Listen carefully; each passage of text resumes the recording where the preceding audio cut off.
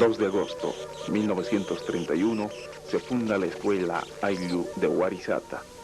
Fue en este homenaje que años más tarde el presidente Germán Bush dispuso esta fecha como el Día del Indio. Posteriormente, en el mismo día, en 1953, se decreta la reforma agraria, con la que se daba fin al régimen feudal, cumpliendo así una de las proyecciones de Warisata.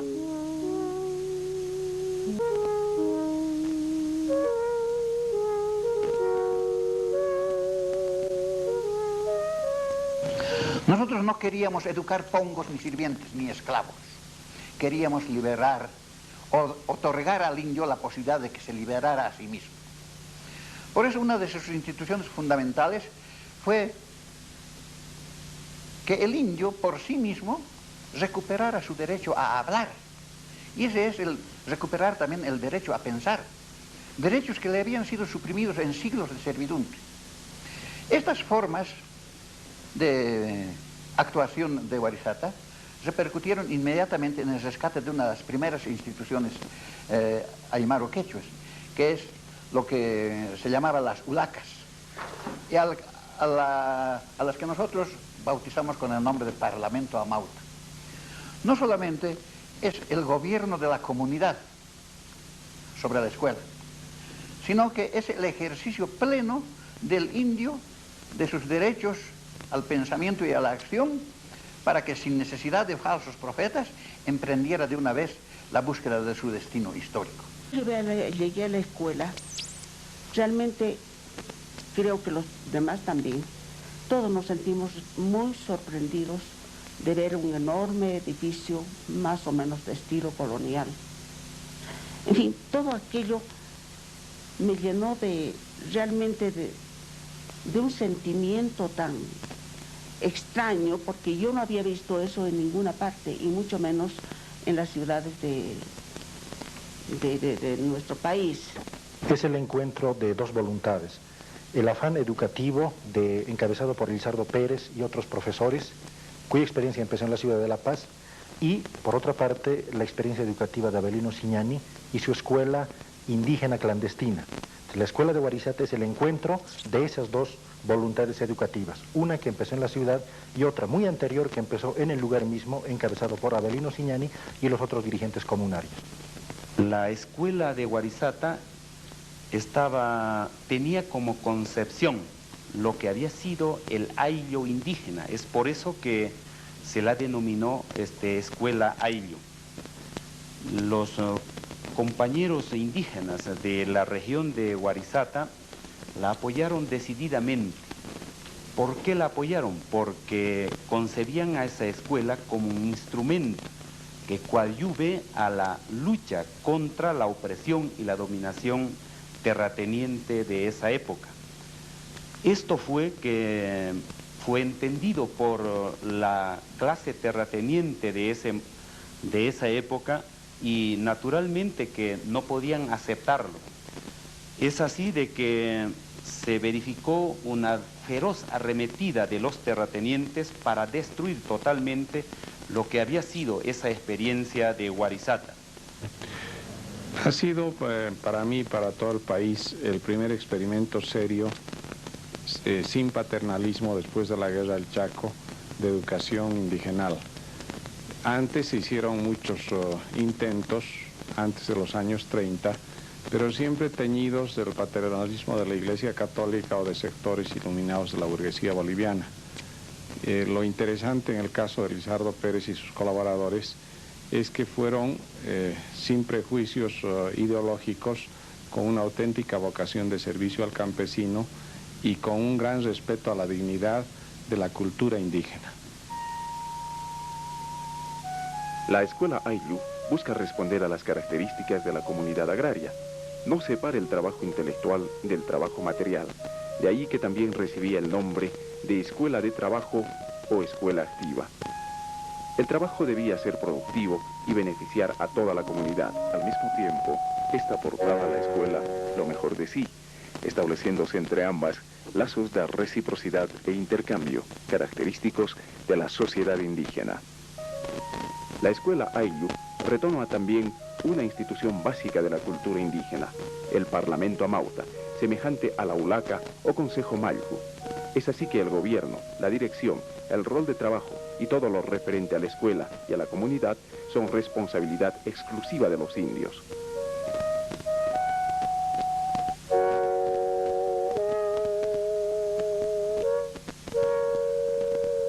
Solamente teníamos un albañil, Manuel Velasco, posiblemente un albañil quizás profesional, pero muchos de los jóvenes que eran entonces nuestros padres, tíos, etc., han querido aprender a hacer la pared, y el don Velasco solamente indicaba los principios, los primeros adobes colocaba, tiraba el hilo, entonces solamente indicaba: ustedes tienen que colocar así, en esta forma, los adobes. Así se ha iniciado el trabajo. Pero muy pronto han aprendido nuestros tíos, nuestros padres, a manejar, a pintar la pared. Y en poco tiempo, en unos meses, la pared se ha elevado alto, de adobe. Esos adobes eran de 40 por 50, adobes grandes, pesados. En aquel tiempo, cuando yo trabajaba pequeño, hemos hecho muchas actividades dentro de la escuela. E inclusive hemos traído arcilla de Chiquipa. Entonces aquí había un horno donde allá se hacían bateones diferentes. Todos los trabajos eran dirigidos a base de canciones. Dos alumnos pequeños entrábamos a un bateón pisando arcilla y cantando la canción Pollito. Los pollitos dicen pigu, al mismo tiempo trabajando, al mismo tiempo bailando, todo dirigido. Después también hemos traído piedras de cantera, piedras de este tamañito para nuestro alcance, para cimientos que van, porque trabajo seguía después de que el antiguo pabellón o el pabellón primero ya estaba techado siempre. Yo allí he aprendido. Mi primera profesora fue la señora Goya de Ibáñez. El profesor que sale aquí tenía que salir, tenía que conocer todas estas actividades, ¿no?, para que enseñe a sus alumnos, a todos los padres de familia y todo eso. Esa era su filosofía. Autoabastecimiento. Por eso es que esta escuela tenía su autoabastecimiento para mantener el internado. Nosotros producíamos en abundancia papa, trigo, habas. Eso era para mantención del internado. Así que muchos víveres no se traían. Nosotros mismos hemos producido. Y así tenía que fomentarse en todas las escuelas seccionales. Por esta razón hemos tenido que aprender moler estuco y fabricar estuco y no comprar, sea de nosotros mismos. Hemos aprendido a fabricar ladrillos porque hay material aquí, hay arcilla, hay greda. Entonces hemos aprendido a fabricar arcilla y teja, todo eso, ¿no? Entonces ahí está la escuela de trabajo.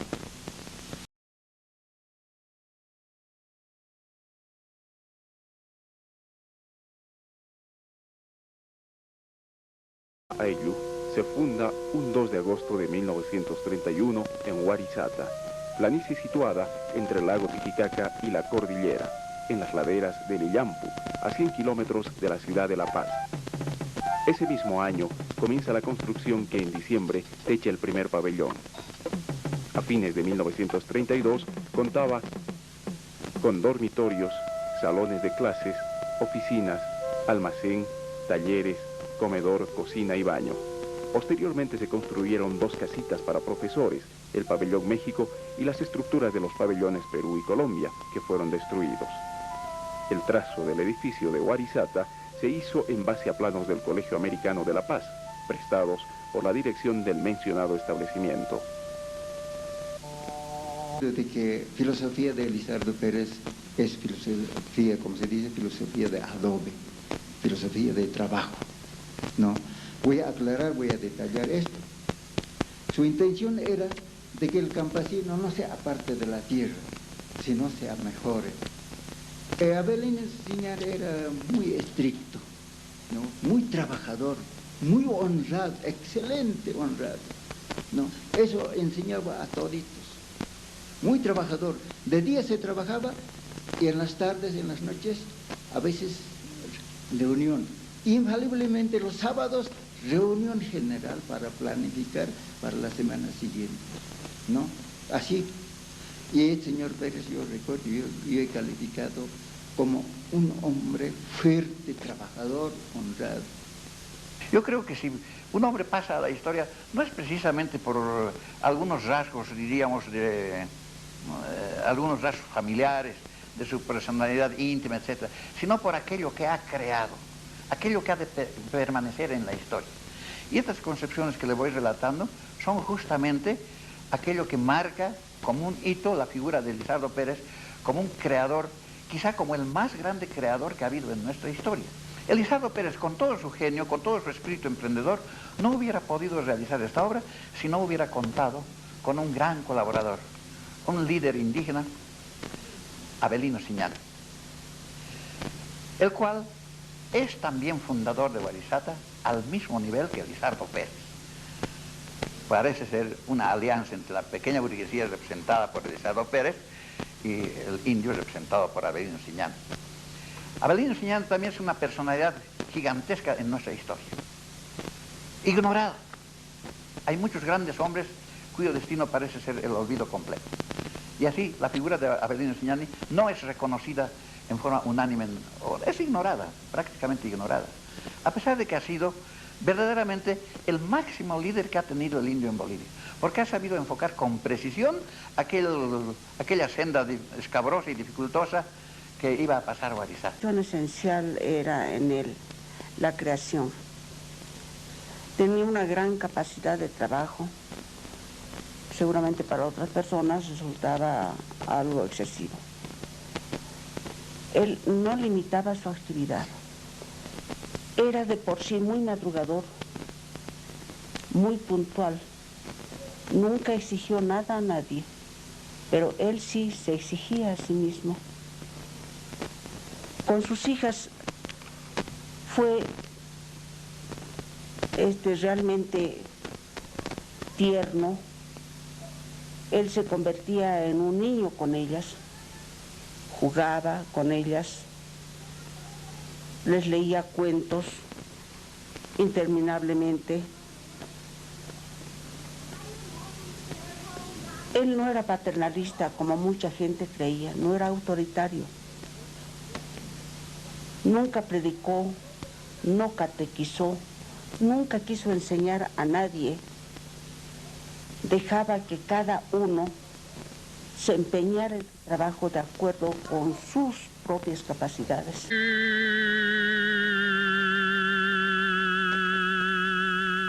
Cuando eran autoridades en la educación indígena, en aquella época Max Byron, entonces ellos han tratado de odiar, y juntamente con los gamonales que siempre atacaban a la escuela, entonces hasta tales extremos llegó, ¿no?, ese odio. Formulamos todo un proyecto que está integrado dentro de una concepción política, es decir, plantear el cambio del sistema. A pesar de que nosotros hemos sido vencidos en 1940, en realidad nuestra ideología se impuso, porque el 52 y más tarde la reforma agraria del 53 no hubieran sido posibles sin el antecedente político de Warisata, que es donde se generó el movimiento, donde se creó una conciencia nacional en el indio, y no solamente en el indio, sino también en la pequeña burguesía, que al final resultó su aliada. Una conciencia tal que convirtió aquel frecuente anhelo de libertad manifestado en las sublevaciones indígenas en un movimiento organizado, en un deseo colectivo de ponerse al frente de una situación dada, postular no solamente la justicia y la libertad para la clase campesina, sino contribuir a ese otro vasto movimiento que es la Revolución Mundial de los Trabajadores, que entonces estaba en plena vigencia. Entonces estas formas políticas que fueron la causa de su trascendencia nacional e internacional, fueron al mismo tiempo la causa de su posterior derrota en 1940. Desde 1880 comienza en forma prácticamente legal la expoliación de tierras de los comunarios, bajo el pretexto de compra. Este sistema encubre una de las más grandes agresiones hacia las comunidades. La resistencia indígena fue permanente, unas violentas como las sublevaciones y otras por mecanismos legales. Se busca también la interacción con la sociedad global, como ser el sindicalismo que se inicia en Cochabamba en los años 30 y la escolarización. Este afán, desde la perspectiva indígena, constituye una estrategia para controlar los mecanismos de la sociedad dominante sin asumir valores. La oligarquía negaba absolutamente lo indígena. Esta corriente del pensamiento fue y es dominante a lo largo de nuestra historia. En oposición surge una corriente minoritaria, ubicada en la misma clase, que busca un entronque con la estrategia indígena. Warisata es el encuentro de estas dos líneas de acción.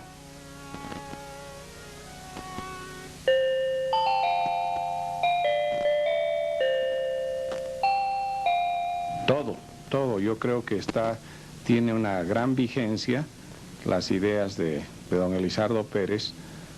Naturalmente hay que actualizarlas dentro de la tecnología moderna, de las nuevas posibilidades educativas, pero el fondo del mensaje de Warisata está vigente, es decir, la vinculación de la escuela con la comunidad, la vinculación de la escuela con la producción, hacer de la escuela un núcleo irradiador de cultura hacia la comunidad y hacia el mundo del trabajo. Estamos relanzando el programa de alfabetización con el nombre de don Elizardo Pérez y estamos rescatando sus ideas. Creemos que ellas tienen una gran validez y que además él es una figura inspiradora de este movimiento. Lamentablemente las escuelas normales rurales se han urbanizado en Bolivia. Hay un gran menosprecio por el trabajo manual. Los profesores prefieren dictar clases teóricas de carácter memorizador, de carácter bancario, y están de espaldas a la comunidad, a la naturaleza y al mundo del trabajo. Queremos revertir esa corriente que ha sido y es todavía tan nefasta en nuestra educación. Una experiencia que la llevé a cabo en Charagua, en el IERCO, el Instituto de Educación Rural de Cordillera. Era un internado que recogíamos alumnos guaraníes de comunidades pobres. Muchos de ellos no pagaban pensión. Tenía su taller de carpintería, de mecánica y su granja agrícola. Y ahí teníamos que producir lo que teníamos que comer. Entonces, los programas, tanto educación humanística como técnica, venían interrelacionados. O sea, la teoría y la práctica.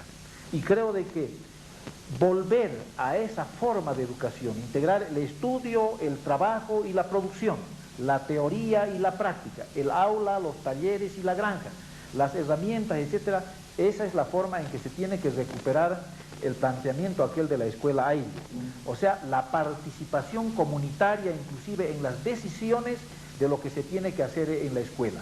La escuela que sea la casa grande de la comunidad en donde se delibere, se discuta sobre los problemas, sobre las necesidades, sobre las aspiraciones de la gente, y de esa manera se vaya formando al futuro ciudadano en el trabajo productivo y en conocer sus deberes, sus obligaciones, sus derechos y hacerlos respetar. Las cosas positivas de esta destrucción, creo que el reto está ahí. Pero que me disculpen los del ministerio, que me disculpen los maestros, si algo aprendimos de Lizardo es que fueron los campesinos los protagonistas. Yo creo que el ministerio, los maestros, podemos apoyar, pero el protagonismo lo va a llevar otra vez el campesinado. En primer lugar, de principio el aporte de Warisata es el hecho de que una escuela rural no puede crecer si no es en el ambiente geográfico, histórico, natural de su propio pueblo.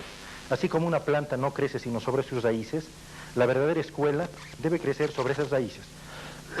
¿Y esas raíces qué significan? Cultura propia, lengua propia, significa la sayaña, la inoca, lo que es la cultura aymara, y la educación debe ser expresión educativa de esa realidad sociogeográfica cultural. Ese es el principal aporte. El segundo aporte, que la escuela no puede desarrollarse si no es manteniéndose a sí mismo. Y la escuela de Warisata vivió los pocos años en base a sus propios recursos, a su propio trabajo. Tercer aporte, los padres de familia no tienen que ver como algo ajeno a la escuela. Los padres de familia de Warisata han participado directamente en la vida escolar. Y finalmente un cuarto aporte, la verdadera educación debe estar ligada a la vida de la comunidad, porque de lo contrario, cuando la escuela se separa de la comunidad no hay futuro educativo. Por lo menos estos cuatro aportes deben ser asimilados y no olvidados como lo han hecho los autores del Código de la Educación Boliviana y los eternos reformadores de nuestra educación. Ojalá que las nuevas innovaciones que se pretenden hacer sigan las huellas que empezaron no solo Lizardo Pérez, sino también Avelino Siñán.